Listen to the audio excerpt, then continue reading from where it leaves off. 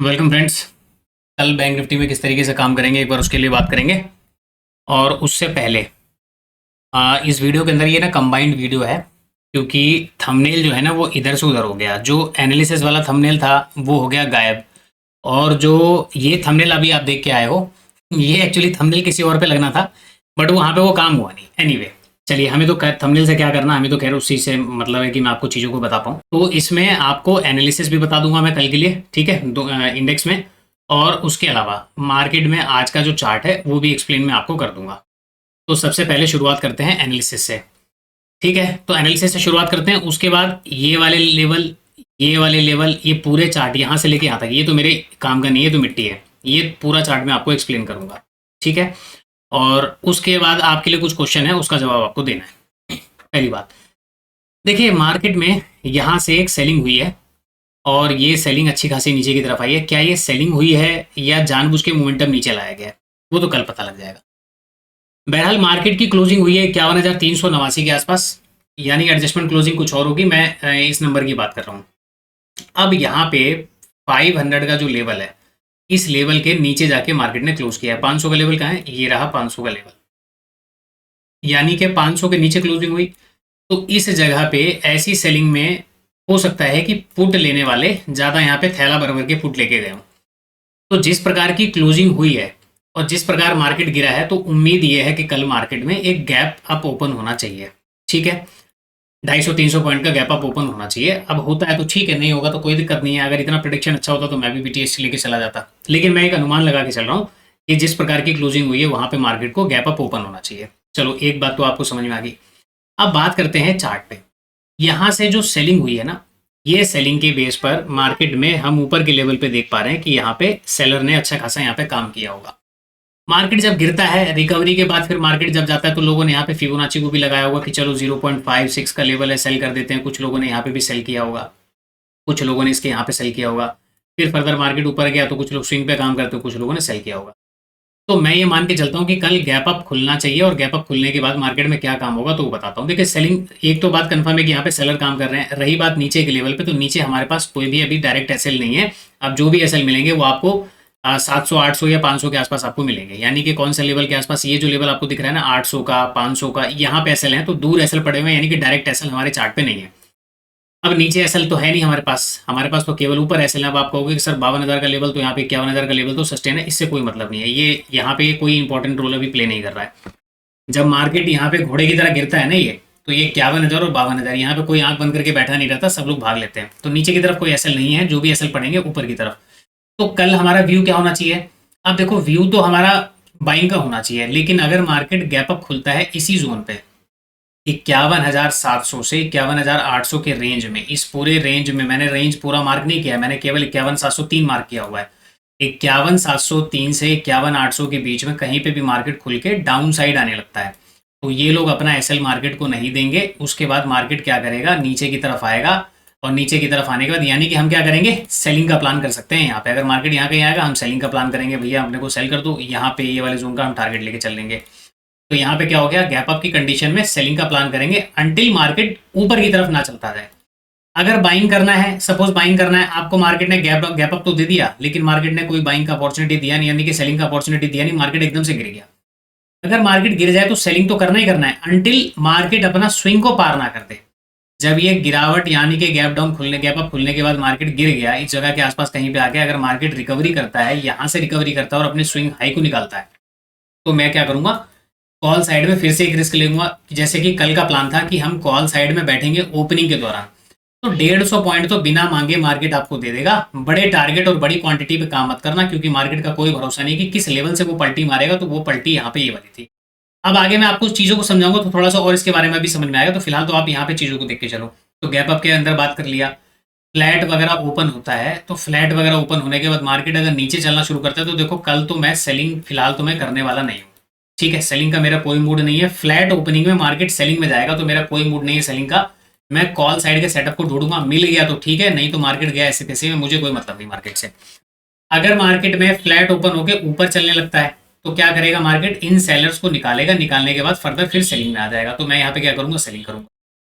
अगर मार्केट में बड़ा गैप अप खुल जाता है, सपोज यहाँ पे सेलिंग अच्छी खासी हुई है पोजीशन अच्छी खासी कैरी हुई है और मार्केट क्या करते हैं 850 के ऊपर कहीं खुलने के बाद फर्दर ऊपर चलने लगता है, तो ऐसी कंडीशन में तो फिर कॉल साइड में ही काम करना बेटर है, फिर हम सेल साइड में काम नहीं कर पाएंगे। सिंपल सी एनालिसिस है कल के लिए, कोई ज़्यादा खिचड़ पिचड़ नहीं है। 51,049 का एक सपोर्ट है, 50,802 का एक सपोर्ट है, ऊपर की तरफ 700 से लेके 800 का एक रेजिस्टेंस है और यहाँ पे 51,954 का रेजिस्टेंस है। अब एक बात ध्यान रखना है कि जो ये लोग सेल करके बैठे हैं, ठीक है, ये लोग अपना रेजिस्टेंस क्या करेंगे, इस स्विंग के ऊपर ही कहीं पे देने वाले हैं, यानी कि अपना जो एसएल है वो इस स्विंग के ऊपर ही देने वाले हैं। अगर मार्केट स्विंग के ऊपर वगैरह निकलता है तो फिर मार्केट क्या करेगा, 52,000 का जो ऊपर लेवल राइटिंग होगी, मार्केट एक बार उनको निकालने जाएगा। तो बस निकालने के चक्कर में हम क्या करेंगे, कॉल साइड में हाथ धो लेंगे, सिंपल सी बात है। तो कल बहुत ज़्यादा कोई खिचड़ पिचड़ नहीं है, बट इतना ध्यान रखूंगा, फ्लैट ओपनिंग में मार्केट सेलिंग में जाएगा ना, तो मैं सेलिंग में थोड़ा सा भी कंफर्टेबल नहीं हूँ कि सेलिंग में, हाँ अगर मेरे को सेलिंग करना होगा तो देखो 15 मिनट के टाइम फ्रेम पर जब तक मुझको प्राइस एक्शन ना दिख जाए, 5 मिनट के टाइम फ्रेम पर जब तक मुझको प्राइस एक्शन ना दिख जाए तब तक मैं काम नहीं करूंगा। प्राइस एक्शन कौन सा, अभी मैं आपको एग्जांपल से समझा देता हूँ। तो ये तो हो गई कल की मार्केट की एनालिसिस की बात। अब आते हैं आज के चार्ट पे, तो दोनों वीडियो हमारा इसी के अंदर काम हो जाएगा। जो थंबनेल देख के आए हो वो भी आपका काम हो जाएगा और एनालिसिस का भी काम हो गया। अब आज के मार्केट में सबसे पहले इस मूव की बात करते हैं, उसके बाद इस कैंडल्स की बात करते हैं। देखिए सबसे पहला काम, मार्केट में आज जो ओपनिंग हुई, गैप अप ओपन हुई, गैप अप ओपनिंग के बाद मार्केट ने 500 का सपोर्ट लिया और 500 के सपोर्ट को लेने के बाद मार्केट फर्दर ऊपर चलने लगा। ठीक है जी, ऊपर चलने लगा, मार्केट ऊपर गया। ऊपर जाने के बाद मैं क्या करता हूँ, यहाँ पे चलो ठीक है रहने देता हूँ, ऊपर गया, ऊपर जाने के बाद मार्केट एक थोड़ा सा एक रेड कैंडल बनाता है, फर्दर मार्केट ऊपर जाता है। अब आपको यहाँ पे क्या बातें समझ में आ रही हैं, यहाँ पे अगर आपको समझना है तो इसको कर लो 1 मिनट के टाइम फ्रेम। 1 मिनट के टाइम फ्रेम पर आपको क्या दिख रहा है, देखिए नीचे हमारे पास एसएल पड़े हुए थे, लेकिन मार्केट ने उसको ट्रिगर ना करके यहाँ पे क्या किया, ये जो मोमेंटम यहाँ से ऊपर गया ना, मैंने इसमें देखो यहाँ पे कौन से ट्रेड लिए। एक तो ट्रेड मैंने इस वाली कैंडल में लिया था, ठीक है, इस वाली कैंडल में लिया था, तो मेरे पास क्वांटिटी ज़्यादा थी तो कुछ तो मैंने बुक कर लिया। उसके बाद मैंने क्या किया, कुछ मैंने यहाँ पे एग्जिट कर दिया। एग्जिट करने के बाद फर्दर फिर मैंने यहाँ से एक ट्रेड लिया, दूसरा ट्रेड बना, ये ट्रेड मेरा अच्छा खासा गया। अब यहाँ पे मैंने जो ट्रेड लिया, ये मैंने केवल और केवल अपने अनुभव के बेस पे लिया, तो ये मैं आपको नहीं बताऊंगा, क्योंकि अनुभव के बेस का काम, एक्सपीरियंस के बेस का काम आपको समझ में नहीं। आपको क्या चाहिए, टेक्निकल सेटअप। सेटअप बताओ सर, सेटअप क्या था यहाँ पे, तो सेटअप मैं आपको बताता हूँ। मार्केट जब यहाँ से ऊपर गया, ऊपर जाने के बाद वापस मार्केट नीचे आता है, फिर से ऊपर जाता है, नीचे आता है, और यहाँ पे मार्केट ने क्या किया, इसका ब्रेकआउट कर दिया, इस वाले स्विंग का ब्रेकआउट कर दिया। इसका मतलब सबसे पहले मार्केट में बायर को एंट्री मिल गई, ठीक है, बायर को एंट्री मिल गई। बायर को एंट्री मिलने के बाद मार्केट फिर से ऊपर जाता है, 954 से रेजिस्टेंस लेता है। ये 954 का कौन सा लेवल था, कल मैंने आपको एक लेवल दिया था 51,945। इस लेवल से मार्केट ने रेजिस्टेंस लिया, रेजिस्टेंस लेके फिर से यहाँ से लगभग 200 पॉइंट का फॉल किया। फॉल करने के बाद फिर मार्केट यहाँ से रिकवर करके धीरे धीरे करके इसका ब्रेकआउट करता है। अब यहाँ पे ना चार्ट को केवल समझते जाओ, बाकी की कहानी बाद में समझ में आएगी। मार्केट ने सेलर को कोई भी वार्निंग नहीं दिया, सेलर को कोई भी इन्विटेशन नहीं दिया, केवल और केवल मार्केट में बायर यहाँ पे काम कर रहे हैं प्राइस एक्शन को देखकर।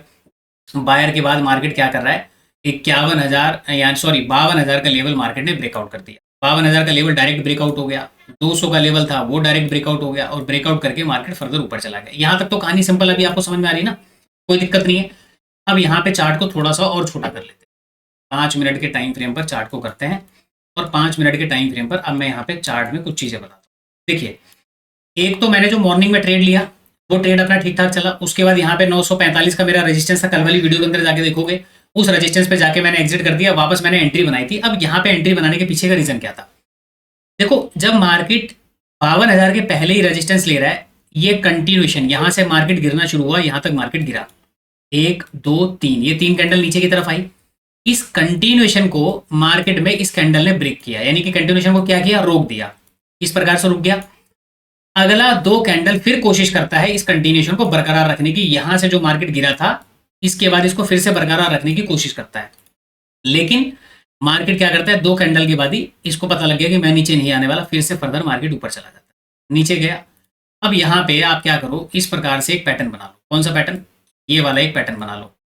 मार्केट ने क्या किया, इस पैटर्न का ब्रेकआउट कर दिया, 52,000 का ब्रेकआउट हो गया और मार्केट ऊपर चला गया। जैसे ये कौन सा पैटर्न था, कल वाले मार्केट में जाके देखो, यहाँ पे कुछ इस प्रकार का पैटर्न आपको दिख रहा है, ये वाला, यहाँ पे भी कुछ इस प्रकार का पैटर्न बना था कि मार्केट में कुछ इस तरीके का पैटर्न था, इसका भी ब्रेकआउट हुआ चला गया। तो क्या ये सेम पैटर्न आपको नहीं दिख रहा है? एक तो बाइंग का, मैं आपको क्या बता रहा हूँ यहाँ पे, बाइंग का सेटअप बता रहा हूँ कि कहाँ कहाँ पे बाइंग वगैरह जनरेट आपको हुई है, कहाँ पे बाइंग आपको दिखी है। मैं केवल वो चीज़ें बता रहा हूँ। तो अभी पहले आप सुनते जाओ पूरी कहानी। इस प्रकार का पैटर्न था, ब्रेकआउट हो गया। चलो यहाँ तक बातें समझ में आ गई। अब यहाँ पे समझने वाली बात क्या है, इसके लिए आपको क्या करना पड़ेगा, पहले तो मैं इसको 1 आवर के टाइम फ्रेम पर शिफ्ट कर देता हूँ। 1 आवर के टाइम फ्रेम पर शिफ्ट कर दिया, बस इतना काम। 1 आवर के टाइम फ्रेम पर वापस चलते हैं दूसरे चार्ट पर। अब एक बात ध्यान रखना, आपको इस चार्ट को समझना है ना, तो आपको पिछले 2 दिन के चार्ट की कहानी समझनी पड़ेगी। जब तक वो कहानी नहीं समझोगे तो इसमें राजा कौन था, रानी कौन थी, कौन मर गया, कुछ आपको पता नहीं लगेगा। यहाँ पे मैं आपको आगे की चार्ट की कहानी बताऊं उससे पहले आप यहाँ पे चीजों को समझो। देखिए मार्केट क्या कर रहा है, यहाँ से ऊपर जा रहा है, जा रहा है जी। निफ्टी के चार्ट में ध्यान से देखो क्या हो रहा है। यहाँ पे मैं जब कर्सर रखूंगा ना निफ्टी में नीचे करके, तो यहाँ पे कर्सर ऊपर जाएगा, देखना ये नीचे की तरफ आ रहा है, प्राइस क्या कर रहा है, लेफ्ट साइड में ऊपर की तरफ जा रहा है। ये नीचे की तरफ आ रहा है, प्राइस ऊपर की तरफ जा रहा है। निफ्टी का चार्ट डाउन ट्रेंड में इस तरीके से कंटिन्यू कर रहा है। लेकिन क्या ये डाउन ट्रेंड में एक्चुअल में आ रहा है? मैंने कैंडल स्टिक जिसको पढ़ाया है उसको पता होगा कि क्या ये डाउन ट्रेंड में है। मार्केट नीचे गिर तो रहा है, लेकिन इसमें कोई दम नहीं था। जब मार्केट नीचे गिर रहा था तो यहाँ पे ना लोगों को हो सकता है कि कुछ लोगों को बाइंग करने में डर लग रहा हो, यहाँ पे डर लग रहा हो। उसके बाद कहानी कहाँ से घूमनी शुरू हुई, यहाँ से देखो ये कैंडल बना, ये कैंडल बना, ये बड़ी वाली कैंडल बनी 10:55। 10:55 की निफ्टी ने यहाँ से रिवर्सल दिखाया कि हाँ भैया अब मैं यहाँ पे घूम गया हूँ। और यहाँ पे 10:55 की कैंडल ने 52,000 के रेजिस्टेंस को ब्रेकआउट कर दी, बिना किसी झिझक के ब्रेकआउट कर दिया डायरेक्ट। आओ भैया मेरे को बाय कर लो, एकदम मैं खुल्लम खुल्ला ऑफर दे रहा हूँ, आओ। यहाँ पे मैंने पैटर्न भी बना दिया, सब कुछ दिखा दिया, बाइंग कर रहा हूँ, निफ्टी भी घूम गया, बाय कर लो। इस कैंडल को देखकर यहाँ पे ना लालच बढ़ना, पार्टिसिपेंट यहाँ पे जो लालची जो होते हैं ना, जो लालची लोग होते हैं, कौन से लालची लोग, जो मार्केट में बिना किसी लेवल को देखे, कुछ भी कि बिना किसी चीज को समझे हुए बस वो आ जाते हैं कूद के कि भैया आज तो हम पैसा बना के जाएंगे। जब मार्केट में लालच बढ़ता है ऐसी कंडीशन को देखकर, निफ्टी के रिवर्सल को देखकर कि चलो अभी तक तो ये गिर रहा था, अब ये भी साथ देने लगा, 52,000 का लेवल भी ब्रेकआउट हो गया, यहां से ना मेजर बाइंग स्टार्ट हो चुकी थी।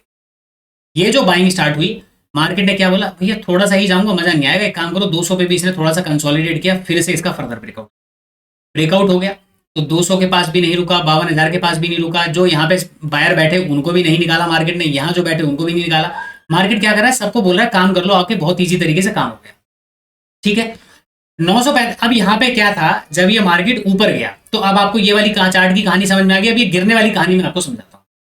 पहला, जिन लोगों ने हमारे लर्निंग ग्रुप में जुड़े थे, जिन लोगों ने हमारा वेबिनार ज्वाइन किया था, उनको ये बताना है निफ्टी के चार्ट में 24,986 का लेवल कैसे निकल के आया। 24,986.85 का एग्जैक्ट लेवल है ये एग्जैक्ट लेवल आपको बताना है कि ये लेवल कैसे निकल के आया। ज्यादा दिमाग मत लगाना, बस जो चीजें बताई हैं उसके बेस पर आपको बताना पड़ेगा कि ये लेवल कैसे निकल के आया। तो 25,000 से पहले मेरे पास एक तो ये निफ्टी का एक मेजर इंपॉर्टेंट रेजिस्टेंस था। चलो इसकी बात हम बाद में करेंगे, ये चीजें आपके काम की नहीं है, क्योंकि जिन्होंने लर्निंग लिया उनको ही पता होगा ये लेवल कैसे निकला। अब बात करते हैं इस सेलिंग की। इस सेलिंग की कहानी को समझने के लिए आपने क्या समझा, निफ्टी जो डाउन ट्रेंड में था उसने अब सपोर्ट करना शुरू कर दिया और मार्केट ये भी अपने डे हाई को ब्रेकआउट करके ऊपर ट्रेड कर रहा है, ऑल टाइम हाई के पास भी ट्रेड कर रहा है, ठीक है। अब यहाँ पे क्या था, जो मार्केट अभी धीरे धीरे यहाँ पे ट्रेड कर रहा था, लोगों को डर लगा था, इस वाली कैंडल में लोगों को कॉन्फिडेंस आ गया, इसको देखकर बाइंग वगैरह यहाँ पे होने लगी। अब इतनी बात आपने यहाँ पे समझ ली, बस आपका यहाँ पे काम खत्म। अब चलते हैं पीछे के चार्ट पे। देखो मैं जो चीज एनालाइज कर पा रहा हूँ ना, मैं वो ये एनालाइज कर पा रहा हूँ, जिसने 2 दिन मार्केट में गैप डाउन ओपन किया, जिसने 2 दिन मार्केट में गैप डाउन ओपन किया लेकिन फिर से ये रिकवर हो गया, उसके बारे में सोच के देखो कि उसके दिमाग में क्या चल रहा होगा। भाई 2 दिन मार्केट में गैप डाउन हुआ लेकिन फिर भी बायर ने कमांड संभाल लिया। ये बायर कब तक कमांड संभालेगा बताओ, ये बायर कब तक कमांड संभालेगा? कहीं पे कहीं ना कहीं तो ये किसी न किसी लेवल पे आके हाथ छोड़ेगा ना। अब यहाँ पे आपको समझने वाली बात क्या है, इस गैप डाउन में किसी ने अगर बाइंग में हाथ नहीं आजमा पाया, उसने कल के लिए वेट किया होगा कि चलो कल करेंगे। मार्केट फिर से गैप डाउन खुलता है, मार्केट क्या करता है, इस प्रकार से सेम सेटअप बनाता है, वो दूम दूम करके ऊपर चला जाता है। कई लोगों ने यहाँ पे डर के मारे बाइंग का सेटअप पे ट्रेड नहीं किया होगा, उनका भी ट्रेड छूट गया होगा। मैं ही देखो अनुमान लगा रहा हूँ, मेरी बातें 100% सही नहीं हो सकती हैं, मैं तो केवल स्टोरी क्रिएटर हूँ। मार्केट में बैठ के मैं स्टोरी क्रिएट कर सकता हूँ कि मेरे दिमाग में क्या क्या बातें उत्पन्न हो रही हैं। जिन लोगों ने बाइंग में काम नहीं किया होगा उन्होंने अब आज फिर से मार्केट देखा कि भैया मैं तो 2 दिन तो छोड़ दिया, आज मार्केट तो मौका दे रहा है, तो आज मौका गवाएंगे नहीं। अब ये 800 पॉइंट का मोमेंटम यहां से लेके यहां तक 800 पॉइंट का मोमेंटम हो चुका है। बायर यहाँ पे जो पीछे 2 दिन के अंदर नहीं बैठे थे उन्होंने काम करना शुरू किया। अब उसी 2 दिन के चार्ट में एक बात ये सोच के देखो, मैं वापस चार्ट पे लेके चलता हूँ। यहाँ पे मार्केट में जो बाइंग हुई, फिर से फर्दर मार्केट ऊपर गया, किसी ने मार्केट को गैप डाउन दे दिया, उसके दिमाग में कुछ तो बात होगी ना यार। उसने मार्केट में गैप डाउन दिया इतना बड़ा पैसा लगा के, बट कोई ना कोई था मार्केट को संभाल रहा था। उसने फिर से ट्राई किया, मार्केट ने फिर से रिकवर कर लिया। अब यहाँ पे एक बात ध्यान रखना कि जिसने 2 दिन तक ट्राई किया ना सेलिंग में, उसका कुछ ना कुछ तो मैटर रहा है किसी इंडेक्स में, किसी इक्विटी में, किसी इंडेक्स में, या किसी अदर चीजों में, जो कि वो बार बार क्या कर रहा है, मार्केट को गिराने की कोशिश कर रहा है। मौका नहीं मिला, छोड़ दो, मार्केट को जाने दो, अगले दिन मार्केट गैप अप खुलता है, धीरे धीरे करके टोटली मार्केट में बायर वगैरह यहाँ पे प्रॉपर तरीके से बैठ जाते हैं। इसके भी चार्ट को देखकर, इसके भी चार्ट को देखकर, ये मोमेंटम को देखकर, 52,000 के लेवल को देखकर बायर पूरी तरीके से बैठते हैं। बैठने के बाद मार्केट में ये घपला होता है। कल मैंने एनालिसिस में आपको एक बात बोली, छोटी क्वांटिटी और छोटे टारगेट के लिए काम करना। हालांकि मार्केट 150 पॉइंट के लिए मैंने बोला था, मार्केट पहले ही बहुत अच्छा मोमेंटम कर गया, चलो ठीक है चला आया। दूसरी बात मैंने क्या बोली, मार्केट कब पलटी मारेगा अपने को नहीं पता, ठीक है। अब एक तो मेरे पास निफ्टी का एक ये रेजिस्टेंस था, दूसरी बात ये जो हैंगिंग मैन कैंडल है ना, इस कैंडल को देखकर क्या इतना बड़ा मूव कैप्चर किया जा सकता है? नहीं किया जा सकता। ये इत्तेफाक वाली बात है कि हैंगिंग मैन के बाद ऐसा मूव हो गया। देखो हैंगिंग मैन तो मेरे को एंट्री करने के लिए एक रीजन चाहिए भाई। मैं ग्रीन कैंडल को देख के तो सेल नहीं करूंगा ना।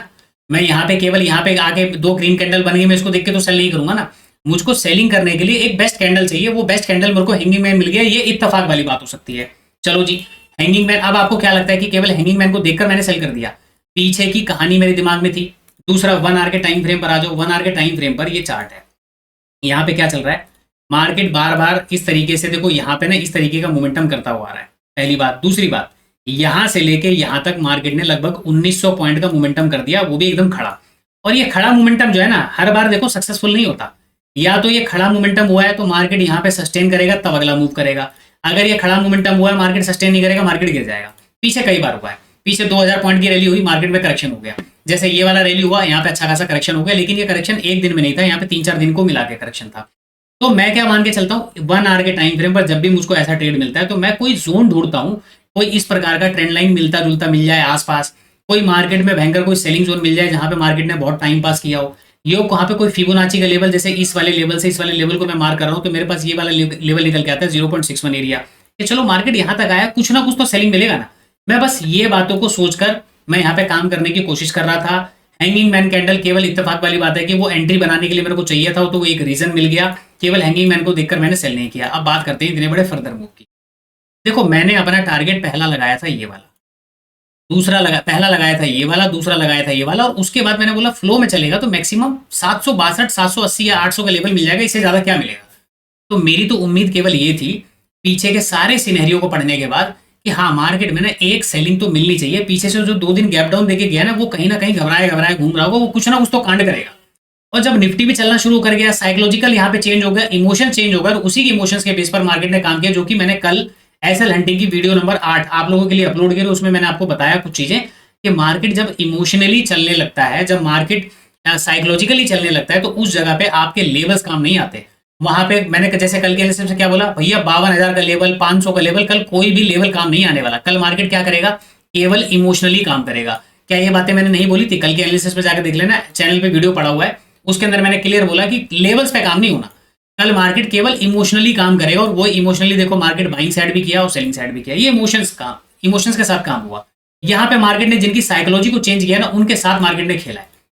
निफ्टी को देखो भैया, निफ्टी नीचे से जो चलता हुआ आ रहा है ना, यहां से लेके यहां तक लगभग 800 850 पॉइंट का मोमेंटम कर चुका है निफ्टी। उस 850 पॉइंट के मोमेंटम में कुछ ना कुछ तो करेक्शन बनता है ना। अब वो 25,000 के लेवल पे करेक्शन नहीं होगा तो कब होगा? यहाँ पे कहीं ना कहीं तो चाहिए। तो बस यहाँ पे जब सेंटीमेंट बदलने लगते हैं, मार्केट इसी प्रकार का मोमेंटम करता है। अब बात करते हैं इस मूव की। देखिए सिंपल सी बात और सच बोलने वाली बात बोलूंगा, मेरा पहला टारगेट ये था, दूसरा टारगेट मेरा ये था, और मैक्सिमम फ्लो में जाता तो मैं यहाँ पे कहीं पे लेके भाग जाता।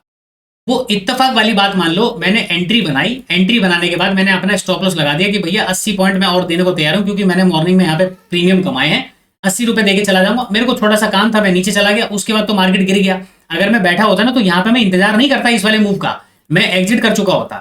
क्योंकि इतने देखो फॉल करेगा, ये मेरे को पता था कि फॉल करेगा। 2 कैंडल 3 कैंडल में मार्केट गिरेगा, हालांकि 2 कैंडल 3 कैंडल तो यहीं पे हो चुके थे, गिरेगा। तो मैं उम्मीद क्या बना के चल रहा था कि यार 52,000 है, तो 52,000 को ब्रेक डाउन करेगा तो मैक्सिमम यहां तक आएगा, उसके बाद मार्केट साइडवेज होगा या फिर ऊपर नीचे करने लगेगा। मैंने ये एक्सपेक्ट नहीं किया था कि मार्केट 800 पॉइंट बढ़ने के बाद 1100 पॉइंट नीचे गिर जाएगा। ये बिल्कुल भी एक्सपेक्टेड नहीं था। ये केवल और केवल मार्केट गिर गया तो ये लगा लो कि किस्मत वाली बात है कि भैया हम टॉप पे बैठ गए, हम गिर गए। वहां पे मार्केट गिर गया, हमने बस बहती गंगा में हाथ धो लिया। दूसरा, मैं वहां पे अवेलेबल ही नहीं था जब तक मैं आया, ये कैंडल तैर के यहाँ पे जा रही थी। मैंने कहा चलो जब इतना आ गया तो ये फिर नीचे तो जाएगा ही जाएगा। उसके बाद मैंने वेट किया, यहाँ तक गया, वापस रिवर्सल में मैंने यहाँ पे आके बुक कर दिया। तो ठीक है यार, जहां पे मैं 200 रुपए का इंतजार कर रहा था वहां पे मार्केट ने 666 पॉइंट प्रीमियम के दे दिए, और क्या चाहिए। तो बस ये सिंपल सी चीजों के बेस पर, साइकोलॉजिकल चीजों को बेस पर मैं काम करता हूँ। यही चीजों को मैं डिकोड करने की कोशिश करता हूँ। केवल और केवल एक कैंडल के बेस पर मैं कभी भी एंट्री नहीं बनाता। मेरे को कम से कम 2-3 रीजन चाहिए। अलग अलग चार्ट में इमोशंस या यहाँ पे साइकोलॉजिकल चीजें मेरे को दिखनी चाहिए कि यहाँ पे क्या मार्केट कर रहा है। कुछ भाई ने बोला कि 15 मिनट के टाइम फ्रेम पर ये कैंडल बना है। अरे भाई 15 मिनट में तो ये बाद में बना है, मैं तो 5 मिनट में एंट्री मार चुका हूँ। यहाँ पे आप देखो, ये 11:50 की कैंडल है, 15 मिनट की कैंडल ये कब कंप्लीट हुई है, 11:45 की कैंडल है। तो ये 11:45 यानी कि 12 बजे की कैंडल यहाँ पे शुरू हुई। तो मैं तो इस कैंडल के अंदर जो 5 मिनट के अंदर मैं एंट्री बना चुका हूँ। तो मैं यहाँ पे नहीं देख रहा कि 15 मिनट में क्या कैंडल बन रहा है, नहीं बन रहा। सिंपल सी चीज है भाई, मार्केट मेरे लेवल को अप्रोच करते हुए जा रहा है, सीधा यहाँ पे रिस्पेक्ट नहीं कर रहा किसी भी लेवल को, और मार्केट चलता जा रहा है। फिर मार्केट में यहाँ पे सेंटीमेंट बदल रहे हैं, पिछले 2 दिन से मार्केट गैप डाउन खुलकर रिकवर कर जा रहा है। ऐसी कंडीशन में लोग हाथ धोने तो आएंगे, बस उसका फायदा उठाकर मैं यहाँ पे कोशिश किया। मेरे को उम्मीद था कि मार्केट ये वाला टारगेट, ये वाला दे ना दे, ये वाला तो टारगेट देगा। 80% प्रोबेबिलिटी थी कि मार्केट देगा। पता होता ना कि 1100 पॉइंट गिरता तो मैं यहाँ पे बोल देता कि भैया 100% मार्केट गिरेगा, वो भी 1100 पॉइंट। तो मेरा सीधा टारगेट यहीं पे होता, मैं यहाँ पे टारगेट लगाता ही नहीं। तो ये तो बस आ गया और ये गिर गया तो इतना बड़ा मोमेंटम कैच हो गया। अदरवाइज मेरे अंदर इतनी हिम्मत नहीं है कि मैं मार्केट में इतना बड़ा फास्ट मोमेंटम हो जाए, टारगेट लगा दे और उसके बाद मैं फिर से इंतजार करूं। फ्लो में बैठा रहूंगा तो ठीक है भाई साहब, क्योंकि जब भी मार्केट ऐसा गिरता है ना और मार्केट हल्का फुल्का रिकवर करेगा तो जितना प्रीमियम मिला उसका लगा लो 70% आपका प्रीमियम मिल जाएगा, तुरंत खत्म हो जाएगा। उसमें सोच विचार करने वाली बात ही नहीं है। तो भाग जाओ। अब आप बैठे रहो मेरी तरह, कहीं पे फंस जाओ मेरी तरह, बाद में आने के बाद देखो कि मार्केट यहाँ ट्रेड कर रहा है, तब तो आप बोल दो कि भैया हाँ मैंने तो 1000 पॉइंट कैप्चर किए हैं। बोलने में क्या जा रहा है, बोल दो मैंने तो 900 पॉइंट कैप्चर किए। हाँ, यहां बैठ के फिर तुम 900 पॉइंट कैप्चर करके बताओ तो समझ में आएगा। मैं नहीं कर पाऊंगा ट्रेड, तो मैं क्यों बोलूंगा आपको कि मैं 900 पॉइंट 1000 पॉइंट कैप्चर कर लूंगा। भाई 900 पॉइंट तुक्के में मिले हैं, लेकिन मेरा जो एनालिसिस था ये तुक्का नहीं था। मेरा एनालिसिस परफेक्ट था कि मार्केट में एक बार 52,000 को ब्रेक करके नीचे आना चाहिए। ये लोग जो बैठे हुए हैं इनके एसएल को ट्रिगर करने के बाद मार्केट को चलना चाहिए। तो ये एनालिसिस थी और ये यहाँ पे मिल गया, ये थी मेरी किस्मत। तो किस्मत आपके साथ भी चल सकती है। किसी दिन आप यहाँ पे एंट्री करो और मार्केट पता लगे एंट्री करते ही इतना बड़ा गिर गया, तो ये दिन आपको साल में एक आध बार हो सकता है कि कभी कदार मिल जाए।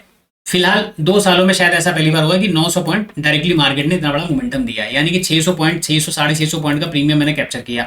ना मैंने बजट डे वाले दिन किया, ना मैंने किसी इवेंट्स वाले दिन किया, ना ही मैंने यहाँ पे किसी इलेक्शन वाले दिन किया, तो कुछ भी नहीं किया, इतना प्रीमियम नहीं मिल पाया। ये भाई तुक्के से मिला इतना प्रीमियम। हाँ, एनालिसिस के पीछे जो मैंने आपको डेटा बताया वो मेरा खुद का ओपिनियन है, वो मेरा खुद का एक्सपीरियंस है। अब आप इस बातों से सहमत हो तो वीडियो को लाइक कर देना, सहमत नहीं हो तो वीडियो को डिसलाइक कर देना। बाकी एनालिसिस वाली वीडियो अगर पसंद आई हो तो भी लाइक कर देना। ठीक है, फिलहाल इतना ही, मिलते हैं किसी नेक्स्ट वीडियो के।